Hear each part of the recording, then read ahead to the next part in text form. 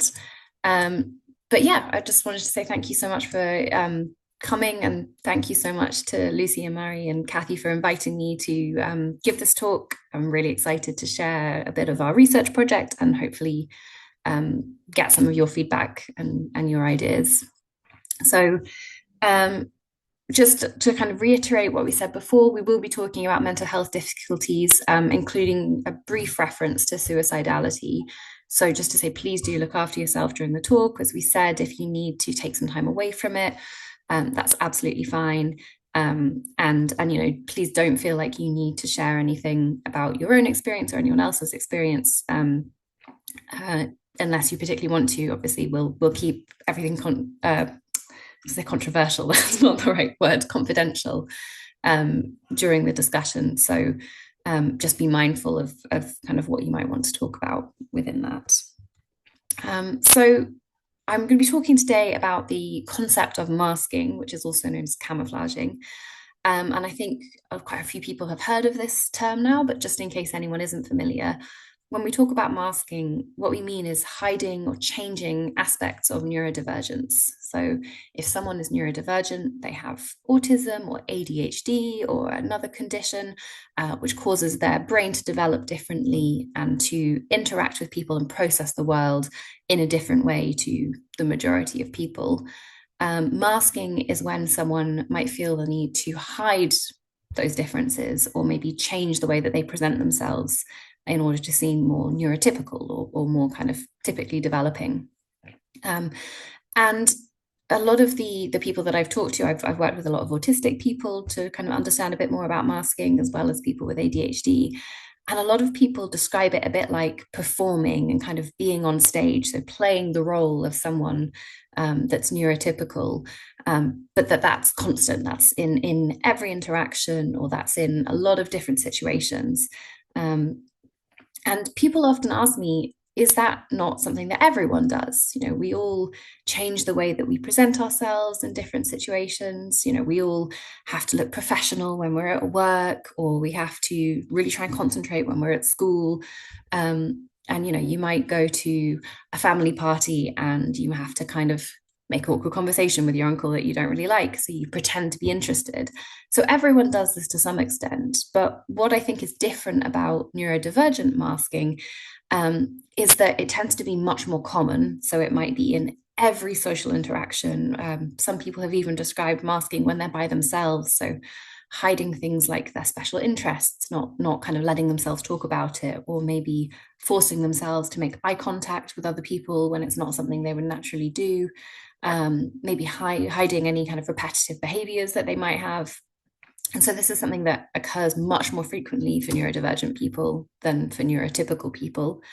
It also involves masking a lot more of yourself. So if we think about the kind of masking, or what we sometimes call impression management, that everyone does, that's kind of very specific aspects of yourself. So the example I often like to give is if I'm talking to you like this, I'm presenting myself in a certain way. I'm trying to hopefully appear like I know what I'm talking about, like I'm an interesting speaker. So I am changing a little bit about the way I present myself, but it still feels like me. I still feel like I'm being authentic. Whereas a lot of the neurodivergent people that I've talked to about this have said when they're masking, they're really trying to hide everything about themselves. And what they're presenting is a sort of fake or a different persona. It's not really them. And unsurprisingly, this is really exhausting. And so we'll talk a little bit more about some of the other consequences of masking. But I think the most common one that people have talked about is just that it's really tiring. You know, people feel really drained. It's really emotionally exhausting. It's physically exhausting, having to constantly be aware of what you're doing. And it can be really mentally taxing, trying to think, you know, what's my facial expression? What kind of impression am I making on this person? Have I talked for too long about this topic? So unsurprisingly, people can get really drained and tired after a long day of masking, and that can then make it harder for them to do other sort of basic functional tasks.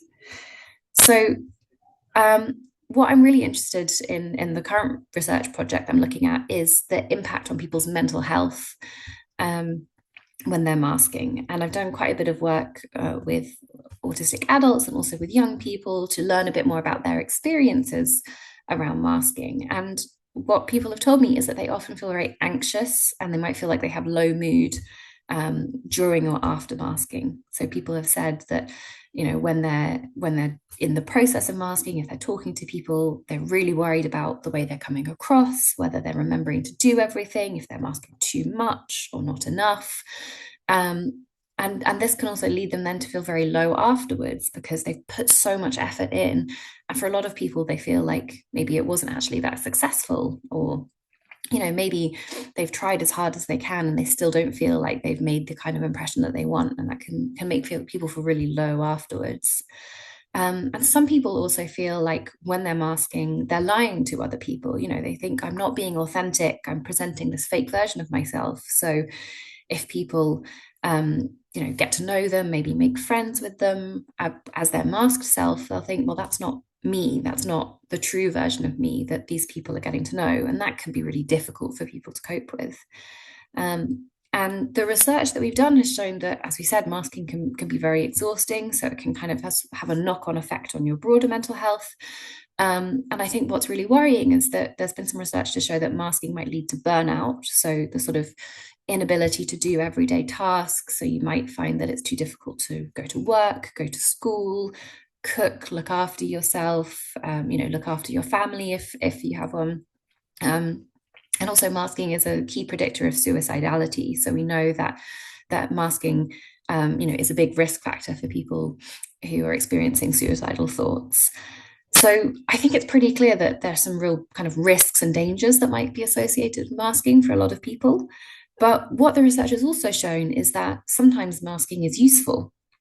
People have talked about finding it really useful when they're meeting a new group of people, or if they're starting a new job, as a way to make a good first impression, and not to feel kind of judged for their neurodivergence in a way that they might otherwise be.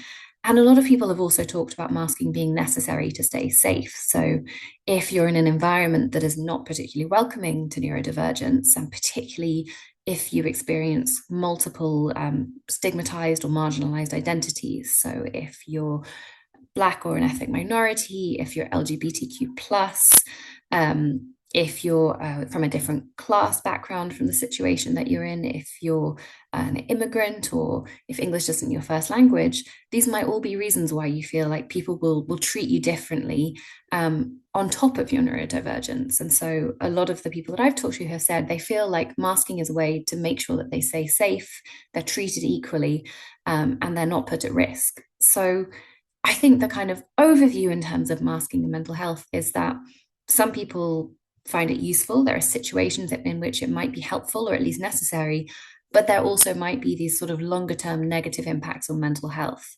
And what my research is trying to look at is to understand, when is it that masking can be useful and when might it be more risky, and how can we help neurodivergent people, particularly young people, to be aware of that and kind of have more control over their masking.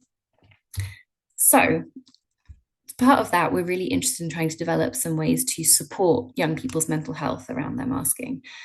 And from talking to young people, to parents, and to clinicians, what we've really identified is that the current mental health support that is available for neurodivergent young people doesn't really target masking at all. It doesn't talk about masking. People don't really have the resources to understand masking. And people are just kind of being left to figure it out for themselves. And talking to all of these groups, people have told us that there's a real need for resources to help people understand masking and the impact that it might have on their mental health, to give them more control over their masking.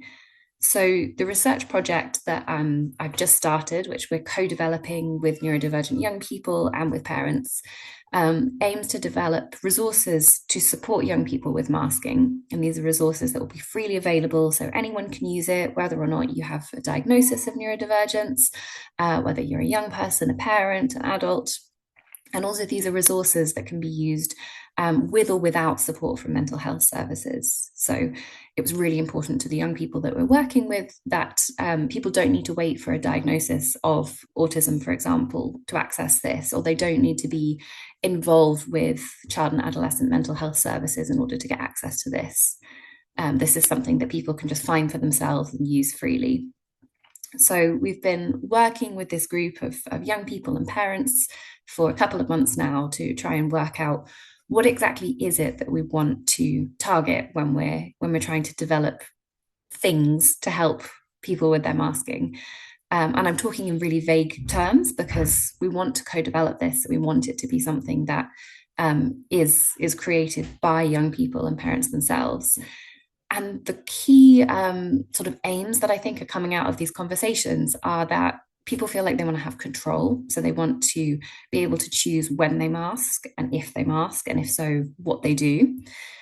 They want to really emphasize authenticity. So they want to have situations where they can be their authentic neurodivergent selves without having to mask at all. And to make sure that those situations are kind of built into their daily life. So whether that's at school, at home, with friends, they have places where they don't need to mask. And alongside that, one thing that people really wanted to get from these resources was a sense of self-acceptance. So a lot of the reason that people often feel like they need to mask is because they receive this message from society that being neurodivergent is bad or it's wrong. And obviously that's not true, but that's a really difficult message to try and fight against. So one of the things we want these resources to do is to encourage neurodivergent young people to feel positive about themselves, to accept and understand their neurodivergence. And hopefully that would mean that they feel less expectation to mask from around them. And if they do want to keep on masking, it's because it's their choice rather than something that is being expected from other people. So this is where you all come in. What we've got to in terms of the research project is we've kind of identified what we want to target with the resources, with this support that we're developing, but we still don't really know what that would look like. And we're discussing a few different options. So I'm going to talk through some of the options that we've discussed amongst the co-production group, and then I'd love to get your thoughts about it. But also, if there's anything we haven't mentioned that you think would be a great idea, I'd love to hear that as well. So just briefly, one of the first things that's come up is just the idea of having more information. So being able to provide people with evidence-based resources which give information about masking, about neurodivergence, about these ideas like self-acceptance and control, so that people have the information and they can kind of learn from that. Another thing that I think a lot of particularly the young people that we've been talking to in the co-production group have suggested is changing society. So if there's more acceptance of neurodiversity, there's less need to mask. Obviously, I think that's really important, but thinking about this specific research project that we're working on, can we actually do that in a realistic way? Are we talking about changing the whole of society? Are we talking about changing attitudes to neurodiversity in Bristol? We still don't know, but I would love to get people's thoughts on how kind of realistic that might be. Another approach that some people have suggested is sort of mental health therapies. So a lot of the young people that we've been talking to are receiving help from mental health professionals. They're attending, psychological therapies, group therapies. Is there a way that we can adapt those therapies to include something about masking? So if people are already using that support, is that something that they can benefit a bit more from? And then another suggestion has been the idea of sort of self-guided exercises. So being able to work through by yourself, maybe practicing masking, looking at different techniques that might be used, reflecting on how it makes you feel.